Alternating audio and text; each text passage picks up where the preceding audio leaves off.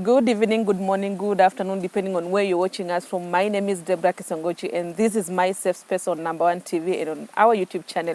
Thank you so much for watching our channels. Thank you for the feedback that you're giving us. And if you're out there and you love to come on our show, call us. Our number are on the screens. And guys, as you know, per usual, we are at Del Suits Bungoma. Del Suits is an amazing space that gives us an opportunity to share content and to shoot content. So if you're out there, you're a content creator and you're looking for space where you can shoot your content and showcase Bungoma to the world, come to Del Suits. And if also you're looking for Airbnb, come to Del Suits. They have an amazing space. They have amazing gardens where you can do photo shoots for your wedding, your birthdays. You want to do a picnic, come to Del Suits Bungoma. Guys, as you know, this show is all about inspirations and bringing stories that can challenge you or inspire you. And today we have a guest who I love. I love her so much, and she knows that. She's a big sister to me. I don't know how you know her. Of course, you know her. If you don't know her, who do you know? Guys, come on. I have a guest on board, and I'm so happy to have you on my safe space. Guys, I've looked for this lady. I think the last time I looked for her was a Gen Z. Today I'm a millennial, and I'm still, can you imagine? I'm still looking for her, and I'm glad today she's here. Karibu sana. Thank you so much, my sister. Yes. I love you, and I'm just so happy for you. Thank you so for much. what you are doing. Thank you. Giving us an opportunity to basically talk about our day-to-day lives. Yes. And inspiring other people and ourselves, you know. Yes. And that is what the world is all about. Exactly. Yeah. So, as I always say on this show, if we don't do it, who will do it? Exactly. So, kindly, Najut, share the story. Tell my people who you are, because I don't think I even have the capacity of introducing you on my show. Basically, I am a woman of so many names because of also what I do. Yes. But my name is Joselyne Namalwa Chesoli Mohwana. Yes. AKA Sengewa Togareni. AKA because of why. But I am a mother. Yes. I'm a wife. Yes. I'm a businesswoman. Wow. I'm a content creator. Yes. I don't know. I'm a child of God. I think you are the Joselyne of. I can't say Jack. I'm a Joselyne of all trades. Exactly. Yes.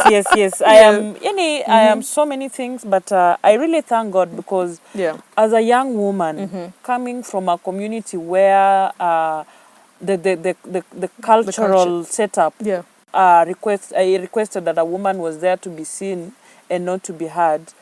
It is a privilege that in my space I can do all these things. Yes. And comfortably navigate the space of male dominance. True. And be where I am today. Wow. Yeah, so I really don't take it for granted, you know, as a woman to just do content because basically what I'm known for, the name Because of Why is from the content that I create. Yes, true. And the content is about the Luya culture. You know, it's about marriage, day-to-day issues in our community. Yeah. And being a woman and talking about mambo ya ndoa, vitu vile haziendi vizuri, pia sio rahisi. I know. Yeah. I know, because I think it's even perceived as a taboo. Exactly. For a woman to talk about so family issues, societal issues, because I think we've grown up being told, as you said, women are to be seen, not to be heard. You're only seen in the kitchen and the bedroom. Hapo ndio mambo yako inaishia. Nafasi ya mwanamke. Nafasi ya mwanamke katika jamii ni kupikia mzee na kuzaa watoto. Wow. You see. Wow. But we really you know, we are also just on the platform that was set by our predecessors. True. The women who have gone before us to make our way so that you and I can now enjoy this space. True. Yeah. Very true. Very true. So what really inspired you to be so, you know, I'm actually very loud also on the social digital spaces, and sometimes people perceive it as somebody who is marketing or showing themselves around. You are feminists. Yes. So what really pushed you into being very vocal on the digital spaces? Basically, I have grown up in a very less privileged family. Yes. And there are struggles that we go through as women who come from those less privileged families. Yeah. You miss on so many things. Even getting an education is an issue. Yeah. And something small like getting sanitary towels. Yeah, true. You know, to some parents it was not an issue. So girls would have to find their own ways of getting to go through their periods. Yeah. So you find that most times when I was growing up, ikifika hiyo wakati hauendi shule, lakini sasa unangangana kurarua mablanketi, unaiba kwanza blanketi yenye unajifunika ukate kidogo, utumie. Ama mattress uibe kidogo ndio utumie. Unaona? So during that period, I used to ask myself, why can't our parents prioritize such basic needs for a young woman? A young woman, And also on the aspect of empowerment, empowering a woman. You realize that, I come from Tongaren, by the way. How is Yesu? Yesu wa Tongareni yuko. Mimi nimezaliwa Tongareni, nimelelewa Tongareni. So unapata kuwa hata mwanamke kukua empowered, like having your own money, was unheard of. Because culturally, a woman was to be provided for. True. But now I am growing up in this hardship. So lazima niende kibarua, ndo nijinunulie kalamu, nijinunulie uniform, nijinunulie vitabu. You get, nijinunulie sanitary towel. So that also helped me to just know that as a woman, I need my money. True. And for you to have your money, you also need to have negotiation skills. Sababu utakuwa na, kama huko kwetu tunapanda viazi, ndizi, mahindi. So how are you going to convince a person that uko na mahindi unataka kumuuzia? So from that setup is when I just picked the entrepreneurship aspect and ran with it. Kuna kitu umesema kitu ya maana kabisa, which I agree with. You said back then women were provided for. Yes. But you realize in today's world, men are not providing anymore. Exactly. What happened? Men have left the responsibilities to a woman. Because at some point, these women also realized that without coming out and helping the husband, their kids will not go through schools. True. Their children will not have good clothes or shoes, you see. So it reached a point, and you see now, the culture also demanded that a man, or gave rights to a man to marry as many women as he could, whether he could provide or not. So you realize now that if my husband has more than 3 women, he's not gonna provide for me. Because now the responsibility is divided. So and the men also realize that kumbe this woman can find a way of sustaining her children. So wacha mimi niendelee kukula raha huku nje, mwanamke atajisort. Na hapo polepole you get men now have disconnected. They really don't take the aspect of responsibilities very fully, seriously, like our forefathers and our fathers. And now you realize that there is also a gap between the man and the woman. And men want also to be respected. But for you to be respected, you also need to be a provider. A man must be grounded. A man who knows what he wants. Very true. Like Deborah, a man can have so many women. If he's providing for all of them comfortably, then that makes sense. But if today you are siring kids here, you leave, you go to another woman, you sire, you leave. So now it is the responsibility of a woman. Now these women. Yes. To just stand up for themselves and their children. Wow. Yeah. I think another thing that you've also I've gotten from this conversation is, how do men comfortably live? And they have children out there and they don't even care about it. How do they? It beats logic. As a mother, you're always thinking of what has my child eaten? Do they have school fees? Do they have clothing? But you realize these men, the men of today. I'm not talking about our fathers and our forefathers. The men of today, somebody will just have kids left, right, and center, and they don't even care. And you see the problem actually is the cultural transition. Because kids pick. True. They pick the characters from their parents or the close people. So during culturally, a man was meant to have many children. The African setup, especially the Luya culture. Yes. If a man had more children, and quite a big chunk of land and cows. He was rich. A rich man, true. That was a rich man. Very true. Even your father could look at you and anakushika mkono anasema mama yangu nakupeleka kwa huyo mzee. Oh, yeah, true. Na anakuoza kwa mzee wa 50 years. True. Because he's seen that old man is wealthy. Yeah. Now our husbands or the men of today, majority of them have picked that cultural transition. But unlike our fathers, they had land. Or they could provide. Or if as a woman was, if you are married to a man who had enough land, he could put you in a 5 acre of land. So you till your land and feed your kids. Oh, yeah, true. But right now, do you think your husband can have 10 acres of land? It's not even possible. It's not possible. And the irresponsibility has gone up because of also the economic aspect. True. Very true. Yeah. Life is very difficult. True. But again, our men also have not learned the aspect of self-control. It is unfortunate that a man can sire children all over and leave them like that. Not forgetting that these kids are going to turn out to be very useless children if the mother doesn't now show up for them. Oh, yeah, true. Yeah. Very true. Very true. Wow. And Namalwa, I realize you're an epitome of giving back to the society. Know. And as you mentioned, you come from Tongaren. There's some programs you're running in Tongaren. Yes, Maybe you can just mention some of the projects that you've been running in Tongaren. Oh, yes. You know, I have been raised by the community. My dad passed on when I was 11 years. I was very young. And I was very bright at school. And because my mom was not empowered, so the community who saw that I was a good child took up to basically take me through school and support me. And it is from that I also believe that giving back to the community is a very important aspect.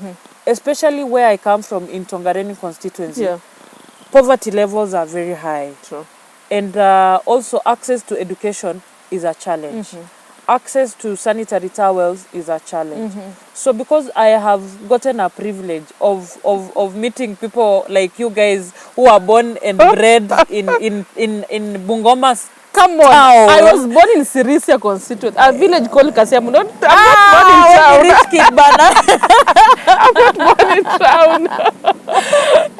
Lakini sasa I've gotten to interact with people. Yeah, true. And through that I have learned that I must also change my community. True. I have an organization called Has Haven Initiative that basically engages, educates and empowers a young person and women in our society. Wow. Especially on matters gender-based violence and teen pregnancy. Wow. I am so passionate about that because looking at the numbers on teen pregnancies in Tongareni, we are leading.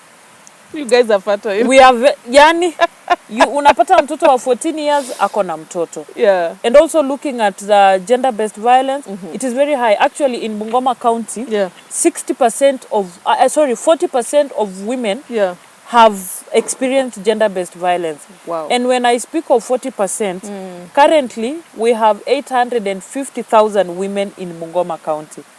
Wow. So 350,000 women have experienced gender-based violence. Wow. So it is only through initiatives like what I'm doing that we get to empower the men and women in the society that this thing is wrong. Yes. And we lose women to gender-based violence because there is lack of information and empowerment about it. Very true. So I'm coming in to just give the community a chance to know that we can live in harmony, in peace, and empower ourselves to be a robust community. Wow, wow. Oh, that is an amazing job you're doing. And you've mentioned something very important, that you're empowering men and women. And I've realized in our society today, and as I've had my friends say, or I've seen it with my eyes, where most of us are empowering the girl child and forgetting the boy child. And you realize we have the self-empowered women, but we have men who don't know how to handle this empowerment. Exactly. And if you guys, even in your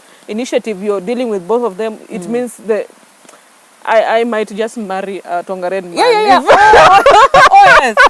Actually, you know, you know, you and I come from a community where men are the dominants. You know, they dominate in every field. True. And they have been brought up to know that they are the heads. Yes. You get? Yeah. But it's reaching a point where now, unlike Kitambo, our mothers were never given an opportunity to go to school. You and I have gone through school. True. And we know our rights. Yeah. You get? Yeah. But coming back home, this man also has gone through school. Yeah. But he also knows his right, that he is the head. Yes. But unfortunately, this head cannot balance the neck. Because this woman now knows her rights. She knows that I can work for my money. She knows that now I can do family planning. I only want 2 kids. And this man has not been taken through that process. That look, family planning is not just for the woman. It is for both of you. True. So unless we also bring the male child on board to also understand that that whatever the woman does is for my benefit, and it is not necessarily meaning that this woman is undermining my leadership as the husband. So it is important that the aspect of also just empowering the male child, so that they balance. Unaona? Bure tutakuwa na, we will have a very high increase in GBV. Very true. Mwanaume atachapa tu mwanamke mwenye amesoma kwa sababu anasema wewe na masomo yako unaniambia nini? I am the husband. But if we empower this man to know that if you educate your woman or your daughter, you are elevating your own life. And at the same time, the life of this woman in your life. Yes. So we will have a balanced society. A balanced society. Wow. And that is a beautiful thing, because if we have a balanced society, it's a growing society. Yes. And Namalwa, I think, as you said, me and you, we've been in this space, and we are trying to create a community that is balanced. So as you've seen in recent times, the Gen Zs are really doing the most, positively and also negatively, some of them. And we appreciate that. Mina semanga mini millennial, but I still have some Gen Zs in me. If they say right now that we run, I'll of course come on. You're always ready.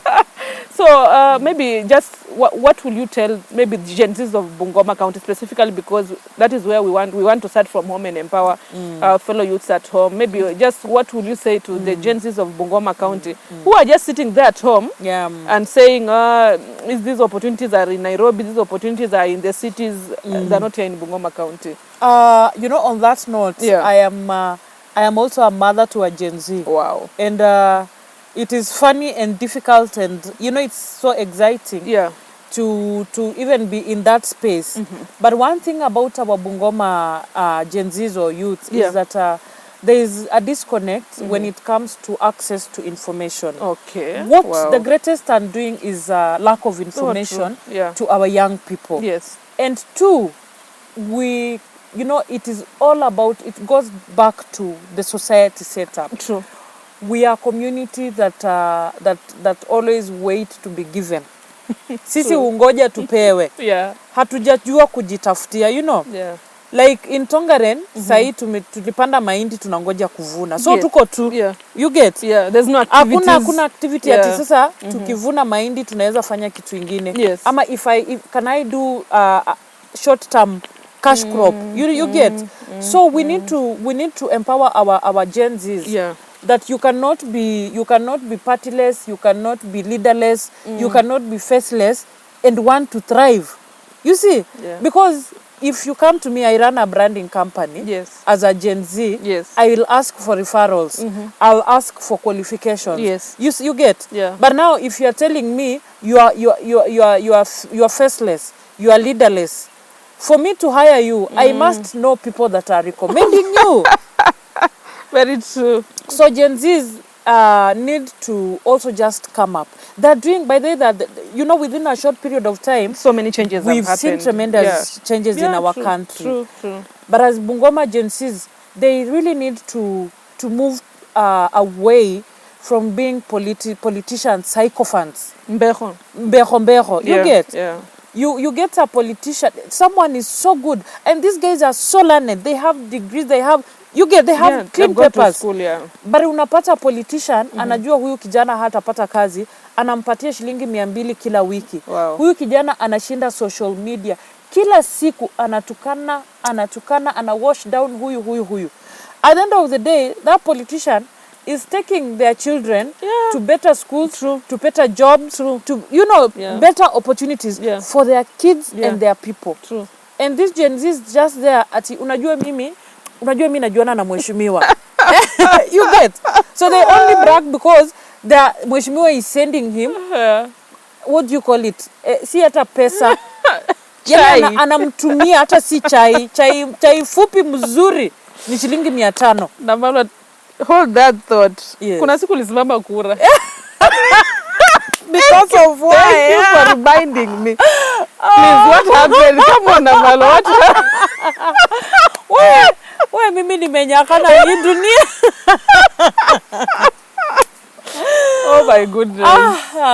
I voted, by the way. Which and position? MCA. Yes. In Tongareni ward. These people you are giving back to did not vote for They you. didn't. They said I am too young. Oh my goodness. So I was calling myself Siku Visitoro. Kumbe wazee wataki Siku Visitoro. Watu wanatakanga nini? Wanataka ile koma yenye wakikula inabaki komeno. Oh my goodness. But on a serious note, I voted because it was the first time for a young woman to just come up among the old to want for that MCA seat. It had never happened. Wow. So at 34 years, I went for the MCA seat and I didn't have money. By the way, nilikuwa broke. How are you complaining? How are you campaigning? My goodness. You see now, the good thing is that I know how to talk to people. Yes. And I was just starting. But my vision, sincerely speaking, my vision was to elevate our people, to change their mindset, to give them opportunities. It is not about me being a mheshimiwa that every morning people come to my home to ask for help. But it was about me being given that opportunity to bring now more opportunities to our people. Like for example, you remember after the elections, I actually did so well. Yeah, you did. I did so well. Out of 13, I was top 4. Saba na mimi mwerevu. You did well. You did. Unajua hiyo ni marks ningeenda university direct. But after that, I realized that because there is lack of information. True. I was even telling our people about these government institutions. Youth Fund, Wezo Fund, Ajira. Yes. Our people don't know about it. And they're free. And they are free and they don't know. So I was telling them, imagine if you make me your MCA. Yes. Vile nitakuwa nawaletea watu hapo na pesa mpaka zinawaua. Yaani mnashindwa mfanye biashara gani muache gani. Lakini kumbe siasa pia inataka mtu anadanganya. Na haitaki ukweli. Na mimi mtoto wa mama nilifunzwa kusema ukweli. Oh my goodness. But I thank God it was a good experience. For sure. And through that, I have actually, I've also gotten platforms now. I was elevated to now work in boardrooms, negotiate for business because of just trying that. Yes, it was a very brave, I don't know, message. I cannot even try. Unaenda umevaa hivi vizuri nguo mzuri. Wanasema, huyu amekuja na nguo mzuri anataka kutunyang'anya mabwana. Unaenda na nguo fupi. Huyu naye amevaa nguo fupi anataka kutunyang'anya. Sasa unashindwa hao mabwana kwani ni kibeti inanyang'anywanga tu unavuruta hivi. Oh my goodness. But our community is like that. And our community, you know, we haven't gotten to a space where we want legit leaders. True. The community, the Luya community is all about change. Yani, they want change. It doesn't matter. They don't care whatever change brings. And whoever has money takes away. Is change. You see? And now we lose on good leaders. I'm not saying I'm a good leader. You're a good leader, come on. But I think we have better and more leaders if we really focus on the leadership aspect of a politician. Rumor has it you're going for the women rep seat. Rumor has it. You know, the good thing about me is that have been doing this charity work since 2006. Yeah. After I finished my 4th form. Wow. And because of my also content creation and business, I have gotten to a point where Namalwa Chesoli is a brand. Oh, it is. And when the rumor is there, sometimes it is the Holy Spirit speaking. So I don't want to say manifest. I want to manifest. Yes. Because if God anointed David from the house of Jesse, David was the last born. Oh, And Samuel akaenda akamwaga akatafuta kuanzia wale wakubwa, Mungu akasema there is no one here until he got to David. Katoto kadogo hata kajui kutoa makamasi. Na Mungu akasema this is my anointed one. Yeah. So sometimes leadership is really not about being a politician. True. But I believe I am serving in my own space where I even get opportunities to partner with different organizations, friends, to come and support me in the community work. Yeah. Wow. Senge, as we try to wind up, you know, I realized even after the elections, after the campaign season and elections, you did not go underground. And sometimes most of us, when we fail, of course, we'll not see yours as a fail, but some of us, if we fail a little bit, tunapotea, we give up and go under. What kept you going? And you kept even giving back to the community, because we realize you're not giving back to the community because of politics. You're not giving back to the community because of votes. They did not vote for you, but it did not stop you from still helping the people of Tongaren. What pushed you to still keep going? I think I fear poverty. Mimi naogopa. Nimezaliwa kutoka kwa umaskini, naogopa umaskini. And what kept me going is the book of the story of Joseph. Yes. You know, when the brothers of Joseph didn't want him because they knew he had some anointing in him, they went and sold him. Yeah, true. You get? Yeah. And politics is like that. Sometimes your own people will sell you. Oh, true. Not knowing that now they are preparing you for the best. So I didn't go down, and I was not even discouraged. Yeah. I was encouraged because of the votes that I got. I went into politics in February, and the elections was in August. Wow. Just 4 months. Yes, 4 months. And I didn't have money, but I got quite a good number of votes for the first time. Wow. So that made me realize that as a young person, you can work on yourself better, and also just show your community that it's not about becoming a politician. It is just that there is so much out here that I can do in the space of just being Namalwa than being Mheshimiwa. Yes. And also the friends that I kept. Let me tell you, my sister, when you keep genuine friends, they always see something in you and they push you. Wow. After elections is when I realized, kumba I can be an MC. Wow. Imagine, you see? Yeah. So nikatoa tu kwa MC. Nikabaki na MC. Wow.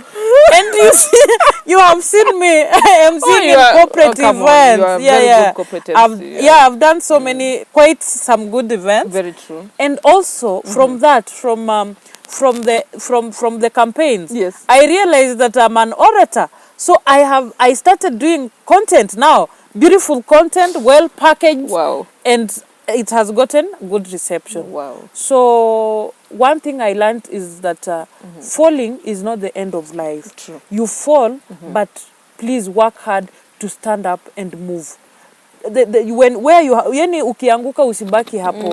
So amka hata kama una crawl, but make sure you are moving. Wow. Because at the end of the day, as a young woman, as a mother, as a business person, you have to make something for yourself and your family. Wow. And the legacy is all about you falling and standing. Falling and standing. Yeah. Wow. Wow. Guys, I told you on this show, it's pure wisdom, pure inspiration, guys. I don't know, mimi sijui ni wapi nimefail. Maybe nimefail kuwa CEO. Sijui nitoe O, nibaki na CEO. Chief officer. Nitoe E, nibaki na chief officer. Chief officer, yes. human first. Oh my goodness. Thank you so much for the wisdom that you've brought today. And guys, as we started this show, I told you Joselyne of all trades, not Jack of all trades. She's a Joselyne of all trades, and you've realized she was an incoming MCA. Akabaki kwa MC. So if people want to book you for the corporate events, maybe weddings, rural shows, and those beautiful events that you host, how can they find you? Maybe you can give them your contacts, how they can find you, and uambie you are not limited to Bungoma alone. No, actually, anywhere, thank you so much, Deborah, on that. Yeah. So I'm an MC of all occasions. Wow. And I MC corporate events, weddings, anniversaries, any rural show. Yes. Every event that you want an MC, I'll show up. I also do image consultancy and public speaking and coaching. Wow. And also teach Bukusu language. Wow. So if you want to get me, I am on all social media platforms: TikTok, YouTube, Twitter, Facebook, Namalwa Chesoli. And my number is 0712 112 778. I'll gladly show up to spice up your event. Wow, guys, thank you so much. Thank you so much for coming to our show. And guys, because of why, you should not book this beautiful lady here to come and MC your events, to come and grace your events, or to do image consultants. And she also does branding. I'm very sure her contact is down here. If you're looking for somebody who should be in charge of your branding, who should be in charge of your events, give her a call and just tell her, from my safe space, I'm very sure will give you a very beautiful vote. See you in the next one. Thank you so much for watching on Number One TV and on My Safe Space on our YouTube channel. See you in the next one. Thank you. Thank you.